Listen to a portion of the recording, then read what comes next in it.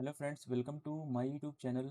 तो आज फ्रेंड्स दूसरा वीडियो लेके आए हैं और इसमें पढ़ेंगे कि उदारवाद के ऐसे कौन कौन से मूल्य थे, ऐसे कौन कौन से वैल्यूज़ थे जिसको मार्क्सवाद ने चुनौती दी है। तो इस तरीके से क्वेश्चन पूछता है कि उदारवाद के किन किन मूल्यों को मार्क्सवाद ने चुनौती दी, या उदारवाद के किस किस सिद्धांतों को मार्क्सवाद ने इसकी आलोचना की है। तो इसमें सबसे पहले पढ़ने से पहले हमें जानना जरूरी होता है कि मार्क्सवाद क्या होता है और उदारवाद क्या होता है। ठीक है, तो इसमें हम देखेंगे कि पहले मार्क्सवाद क्या है, उसके बाद हम देखेंगे उदारवाद क्या है। ठीक है, तो अब इसमें उदारवाद में पहले देखेंगे कि उदारवाद की क्या क्या मान्यता है। यह व्यक्तिगत स्वतंत्रता पर बल देता है, व्यक्तिगत स्वतंत्रता पर बल देता है, पहली इसकी मान्यता है। दूसरी मानता है कि समान राजनीतिक अधिकार।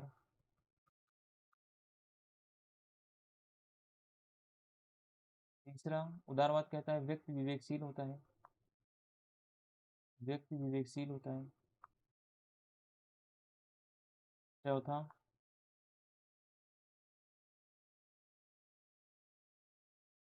व्यक्ति के आर्थिक मामलों की स्वतंत्रता। नेक्स्ट, मुक्त बाजार अर्थव्यवस्था, बाजार अर्थव्यवस्था होनी चाहिए।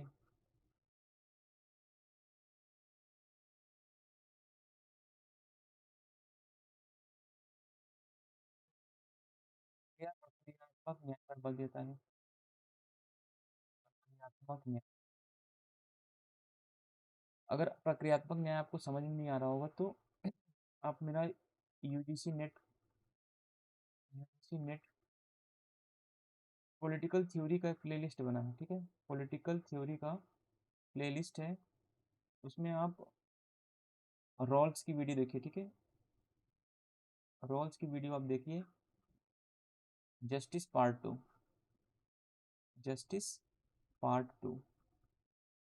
उसमें आपको समझ में आ जाएगा कि प्रक्रियात्मक न्याय क्या होता है और तात्विक न्याय क्या होता है। अब ये देखिए, मार्क्सवाद किस पर बल देता है।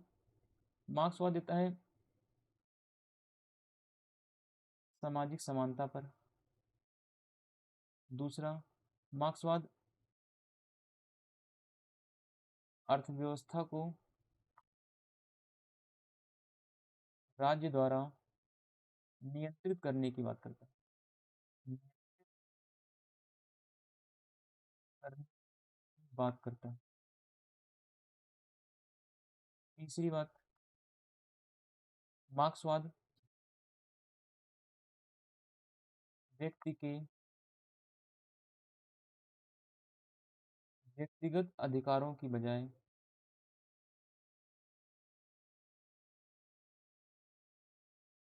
सामाजिक अधिकारों पर बल देता है,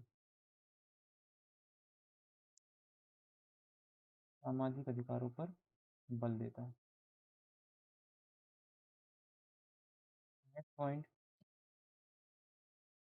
मार्क्सवाद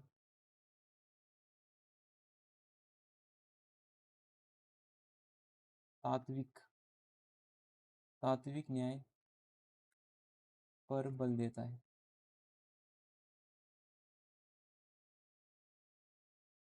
तात्विक न्याय क्या है, प्रक्रियात्मक न्याय क्या है, आपको इन सबको डिटेल में समझने के लिए आप मेरा वीडियो प्लीज़ जस्टिस वाला पार्ट देखिए जो यूजीसी नेट के लिए मैंने पढ़ा रखा है। ठीक है, तो वो आप जाके वहाँ से देख सकते हैं, तो आपको प्रक्रियात्मक न्याय और तात्विक न्याय उनमें अंतर आपको पता चल जाएगा। तो चलते हैं हम अपने क्वेश्चन की तरफ। तो हमारा क्वेश्चन क्या है कि उदारवाद के किन किन वैल्यूज को मार्क्सवाद ने चुनौती दी है, स्पष्ट कीजिए। ठीक है, इसको एक्सप्लेन करना है। तो पहले हम हमारा जो इंट्रो होगा, जो हम क्वेश्चन को लिखेंगे, जब हम आंसर को लिखना शुरू करेंगे तो हमें बताना है कि उदारवाद क्या है पहले, उसके बाद हम बताएंगे मार्क्सवाद क्या है। ठीक है, तो उदारवाद बताएंगे कि एक राजनीतिक सिद्धांत है ये और आर्थिक दृष्टिकोण है। ठीक है, जो व्यक्तिगत स्वतंत्रता, सामाजिक न्याय और विचारशीलता के मूल्यों को प्रमोट करता है। अब समझने वाली बात है कि उदारवाद जो है वो किस पर बल देता है सबसे ज़्यादा, व्यक्तिगत स्वतंत्रता पर। ठीक है, दूसरा सामाजिक न्याय पर, तीसरा विचारशीलता पर ये बल देता है। ठीक है, यह एक विशेष धार्मिक, राजनीतिक और सामाजिक दृष्टिकोण को नहीं बल्कि एक विशेष विचारशीलता की प्रवृत्ति को दर्शाता है जो व्यक्ति के अधिकार, स्वतंत्रता और समानता की महत्वपूर्णता पर केंद्रित है। यानी यह किसी विशेष समुदाय को बल नहीं, विशेष समुदाय पर बल नहीं देता।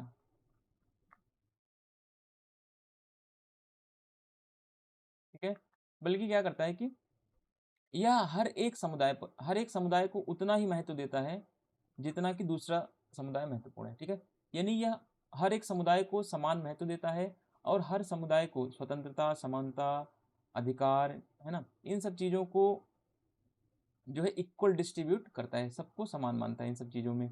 चाहे कोई सा भी समुदाय हो, चाहे आर्थिक समुदाय हो, चाहे अल्पसंख्यक समुदाय हो, चाहे कैसे किसी भी प्रकार के कोई भी समुदाय हो, उदारवाद जो है किसी भी प्रकार का कोई भी डिस्क्रिमिनेशन उनके साथ नहीं करता है।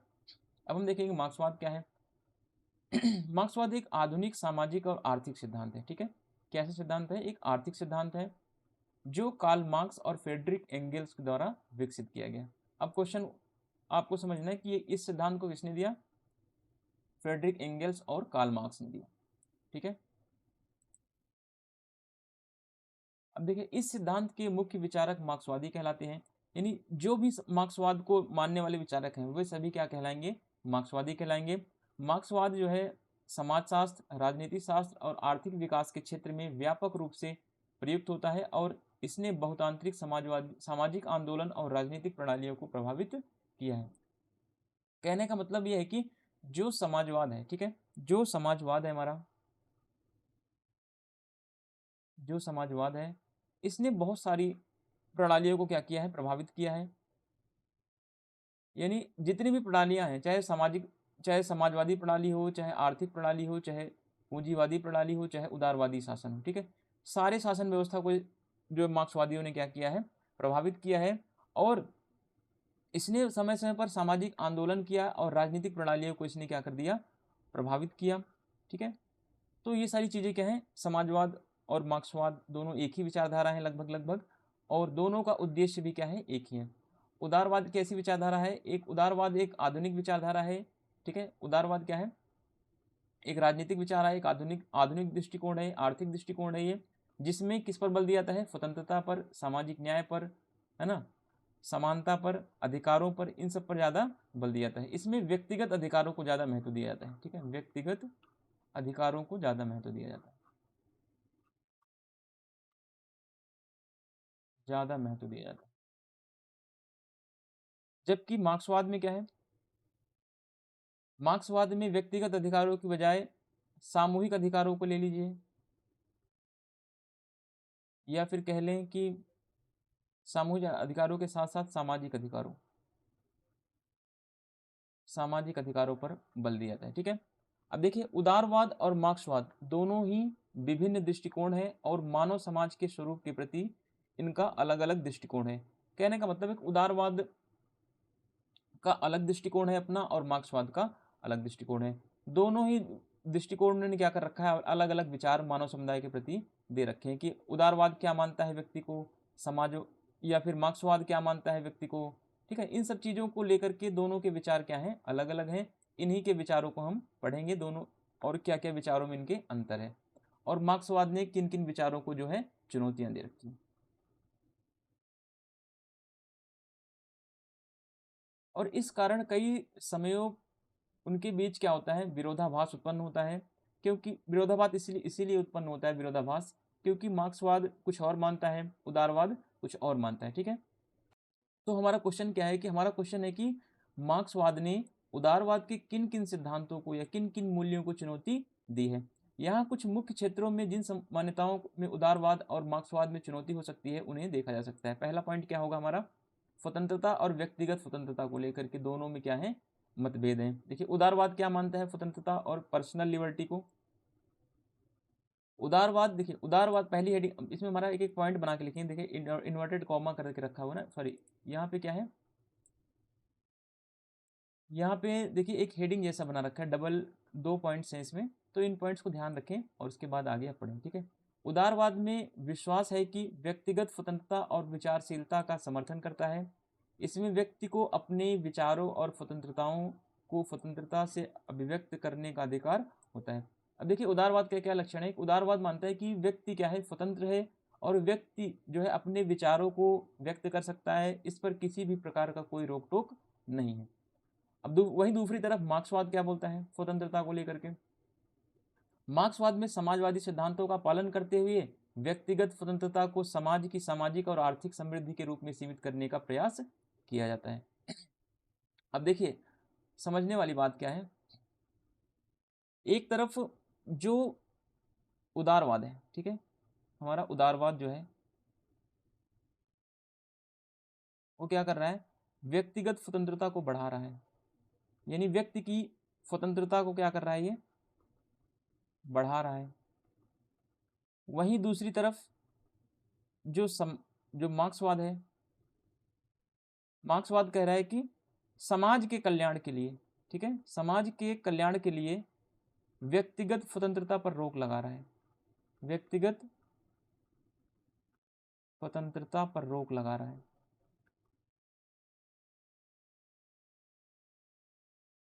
ठीक है, तो दोनों की विचारधारा में आपको अंतर समझ में आ रहा होगा। एक तो जो उदारवादी हैं ये व्यक्तिगत यानी व्यक्ति की आज़ादी को बढ़ा रहे हैं, दूसरे मार्क्सवादी जो हैं वो व्यक्ति की आज़ादी को क्या कर रहे हैं, कहीं ना कहीं समाज की भलाई के लिए कम कर रहे हैं। दूसरा पॉइंट हमारा है अर्थव्यवस्था और समाजवाद। अब देखिए उदारवाद क्या मानता है अर्थव्यवस्था को। उदारवाद में अर्थव्यवस्था को स्वतंत्र और प्रगतिशील बनाए रखने का प्रयास किया जाता है। यह व्यापार, उद्यमिता और व्यक्तिगत उन्नति को महत्वपूर्ण मानता है। दूसरी तरफ मार्क्सवाद क्या मानता है अर्थव्यवस्था को। मार्क्सवाद में समाजवाद का सिद्धांत है जो सामाजिक और आर्थिक समानता की प्राथमिकता देता है। इसका मकसद समाज में धन, संपत्ति और शक्ति की अधिकारिता को कम करना है। देखिए अब मार्क्सवाद जो है उदारवाद की किन किन मान्यताओं को चुनौती दे रहा है, ध्यान से देखिए। एक तरफ देखिए मार्क्सवाद क्या कर रहा है, सॉरी एक तरफ उदारवाद क्या कर रहा है, अर्थव्यवस्था को आगे बढ़ा रहा है। ठीक है, अर्थव्यवस्था को क्या कर रहा है, आगे बढ़ा रहा है। अर्थव्यवस्था का मतलब बाजार को, ठीक है, बाजार को आगे बढ़ाने की बात कर रहा है, ऊपर ले जाने की बात कर रहा है। तो वहीं दूसरी तरफ जो मार्क्सवादी हैं, मार्क्सवादी कह रहे हैं कि बाजार अर्थव्यवस्था में जो है राज्य का हस्तक्षेप होना चाहिए, राज्य का क्या होना चाहिए, हस्तक्षेप होना चाहिए। ठीक है, क्यों होना चाहिए, क्योंकि इससे समाज में समानता आएगी, इससे समाज में समानता आएगी, समानता आएगी, ऐसा मार्क्सवाद का मानना है। ठीक है, मार्क्सवाद कह रहा है कि बाजार और अर्थव्यवस्था में हस्तक्षेप जरूरी है। क्यों जरूरी है, क्योंकि इसी हस्तक्षेप के द्वारा ही समाज में क्या लिया जाएगा, समाज में समानता की स्थापना की जाएगी। अगर हस्तक्षेप नहीं होगा राज्य के द्वारा तो समाज में क्या होगी, असमानता फैल जाएगी, कोई व्यक्ति ज्यादा अमीर और कोई व्यक्ति ज्यादा गरीब हो जाएगा। ठीक है, तो इस तरीके से चीजें क्या करनी है, हमें समझते हुए चलना है। अब देखिए राजनीति और शासन क्या है, राजनीति और शासन को लेकर समाजवाद सॉरी मार्क्सवाद और उदारवाद में क्या अंतर है, इन दोनों चीजों को हम देखते हुए चलेंगे। ठीक है, चलिए अब देखिए उदारवाद क्या कहता है। उदारवाद में लोकतंत्र और विचारशील शासन का समर्थन होता है जिसमें नागरिकों को सशक्त बनाने का प्रयास किया जाता है। वहीं मार्क्सवाद क्या कहता है, मार्क्सवाद में आमतौर पर समाजवादी या कम्युनिस्ट पार्टी के माध्यम से सामाजिक परिवर्तन का प्रयास किया जाता है जिसमें कुशल रूप में प्रशासन करने का प्रयास किया जाता है, लेकिन कई बार इसमें केंद्रीकृत शासन और विशेषज्ञता की स्थापना का भी समर्थन होता है। अब देखिए दोनों में क्या अंतर है शासन प्रणाली को लेकर के। जो उदारवाद है, उदारवाद जो है वो लोकतंत्र को समर्थन देता है। ठीक है, उदारवाद किसको समर्थन देता है, लोकतंत्र को समर्थन देता है, लोकतंत्र का समर्थन करता है। वही मार्क्सवाद किसका समर्थन कर रहा है, वही मार्क्सवाद जो है कम्युनिस्ट पार्टी के माध्यम से शासन करता है। मार्क्सवाद क्या कर रहा है, कम्युनिस्ट पार्टी, कम्युनिस्ट पार्टी के द्वारा शासन का समर्थन कर रहा है।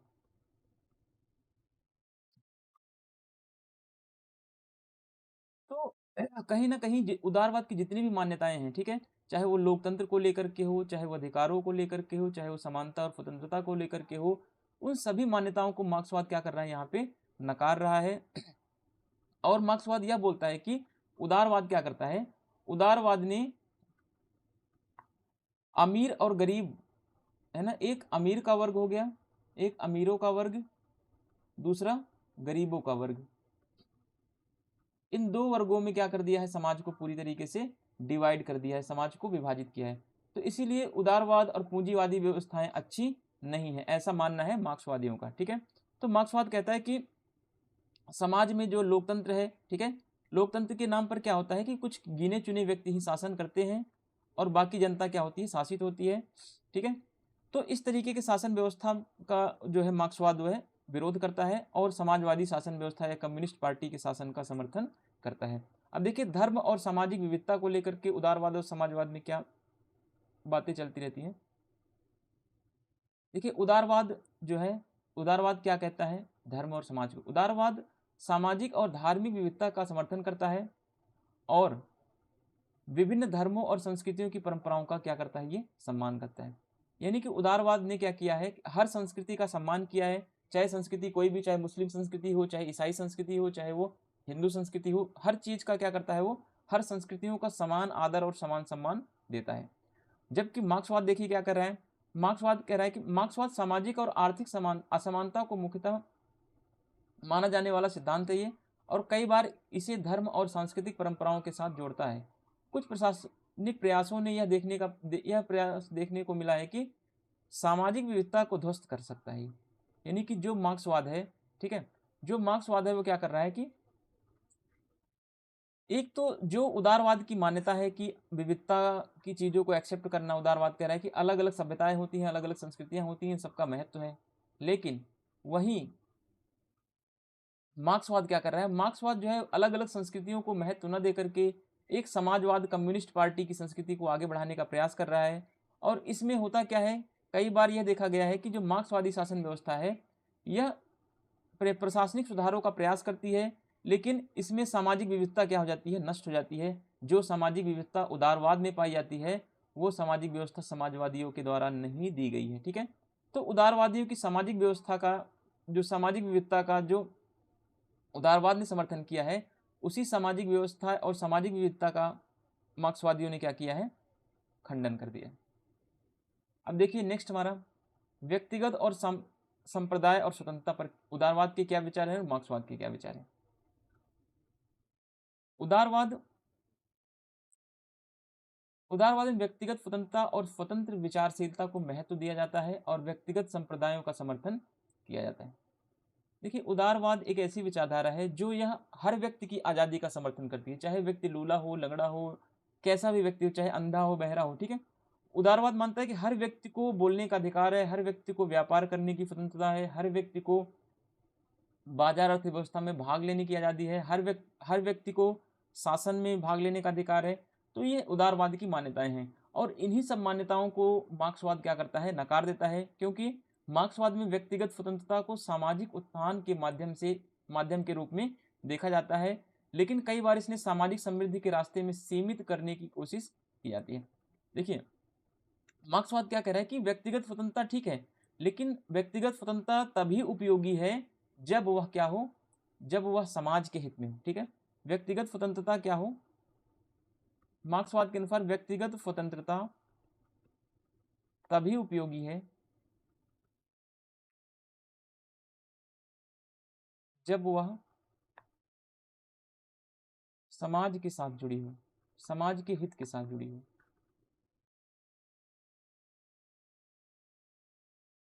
देखिए, अब यहाँ पे हमें समझने की बात क्या है, सबसे ज्यादा जरूरी हमारे लिए कि जो मार्क्सवादी है, ठीक है, जो मार्क्सवादी है वो हर चीज को समाज से जोड़ कर देख रहे हैं। ठीक है, समाज से जोड़ कर देख रहे हैं, तो हमें ये ध्यान रखना है। जबकि जो उदारवादी हैं, उदारवादियों ने हर चीज को समाज से नहीं बल्कि व्यक्ति के व्यक्तिगत अधिकारों को जोड़कर देखा, व्यक्ति के व्यक्तिगत अधिकारों से जोड़कर देखा।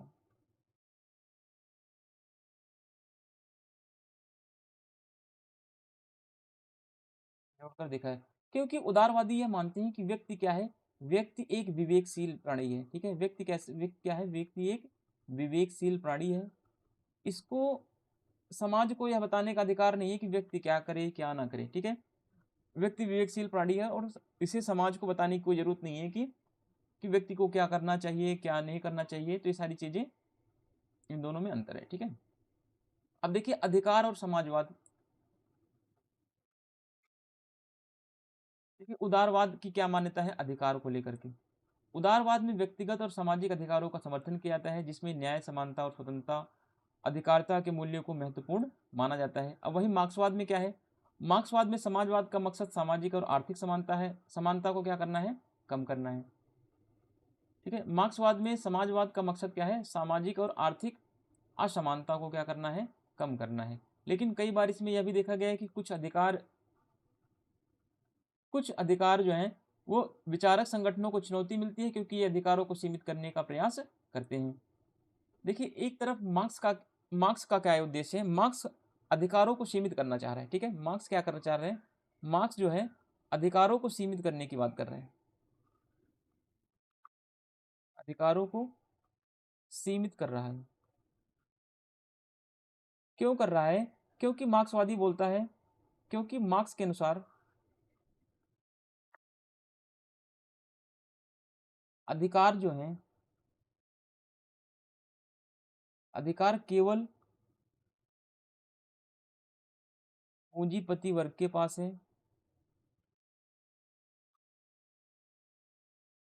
मजदूर और सर्वहारा वर्ग के पास, मजदूर और सर्वहारा वर्ग के पास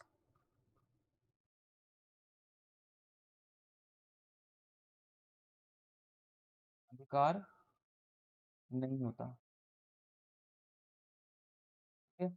तो मार्क्स कहना क्या चाहता है, बेसिकली मार्क्स कह रहा है कि अब मार्क्स अधिकारों का विरोध इसीलिए कर रहा है क्योंकि मार्क्स कह रहा है अधिकार, धर्म, स्वतंत्रता, ये सब चीजें किसके पास होती हैं, सारी चीजें ये सब उद्योगपतियों के पास होती है, ये सब पूंजीपतियों के पास होती है।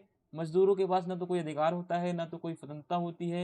और ये सारी चीजें किसके लिए बनाई गई हैं, ये सारी चीजें उदारवादियों ने, ये सब सारी चीजें पूंजीवादियों ने, है ना। ये सारी चीजें जो है व्यक्ति व्यक्ति के अपने अधिकारों के लिए बना रखा है, पूंजीपतियों के लिए बना रखा है। तो इसीलिए यह क्या करता है, यह मार्क्सवाद ये बोलता है कि समाज में क्या लाना है, हमें समाज में हमें समानता लानी है, ठीक है। असमानता को क्या करना है, दूर करना है, ठीक है। तो अधिकार की जो संकल्पना है इसको समाप्त करके एक ही अधिकार होगा, वो क्या होगा, सामाजिक अधिकार, ठीक है। तो जो उदारवादी व्यक्तिगत अधिकारों पर बल दे रहे हैं, ठीक है, जो उदारवादी क्या कर रहे हैं, व्यक्तिगत अधिकारों पर बल दे रहे हैं, ठीक है।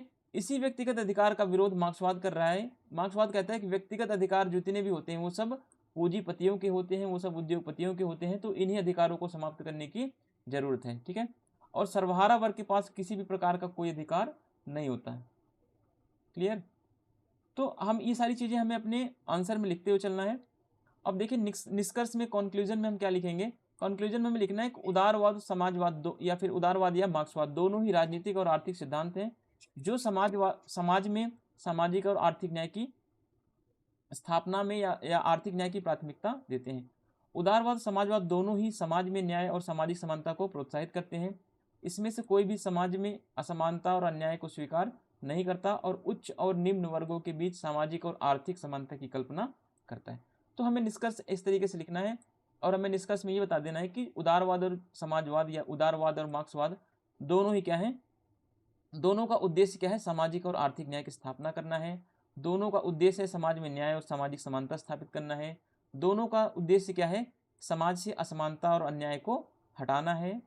तो इन सब चीज़ों को में क्या है, लास्ट में हमें ऐसे कंक्लूजन को लिखने की जरूरत पड़ती है कि भले मार्क्सवाद ने, ठीक है, भले ही मार्क्स ने या मार्क्सवादियों ने उदारवाद के मूल्यों को अस्वीकार कर दिया, पर मार्क्स ने कहीं ना कहीं जो मूल्यों को अस्वीकार किया है वो सामाजिक समानता के लिए किया है, सामाजिक असमानता के लिए नहीं। तो इस संदर्भ में हम कह सकते हैं कि मार्क्सवाद और समाजवाद, ठीक है, मार्क्सवाद और समाजवाद या फिर मार्क्सवाद और उदारवाद दोनों क्या हैं, दोनों का उद्देश्य क्या है, लगभग लगभग अंत में एक हो जाता है। जैसे कि हम यहाँ पे देखते हैं कि दोनों का उद्देश्य क्या है, दोनों का उद्देश्य है आर्थिक न्याय की प्राथमिकता, सामाजिक और आर्थिक न्याय की प्राथमिकता। दोनों का उद्देश्य समाज में सामाजिक समानता को प्रोत्साहित करना। दोनों का उद्देश्य समाज में असमानता और अन्याय को स्वीकार नहीं करना, ठीक है। तो इस तरीके से आप अपना कंक्लूजन को लिख सकते हैं, आपका बेस्ट आंसर होगा। ठीक है, तो अब यहीं पे हम इस लेक्चर को कंप्लीट करते हैं। Thank you, thanks for watching.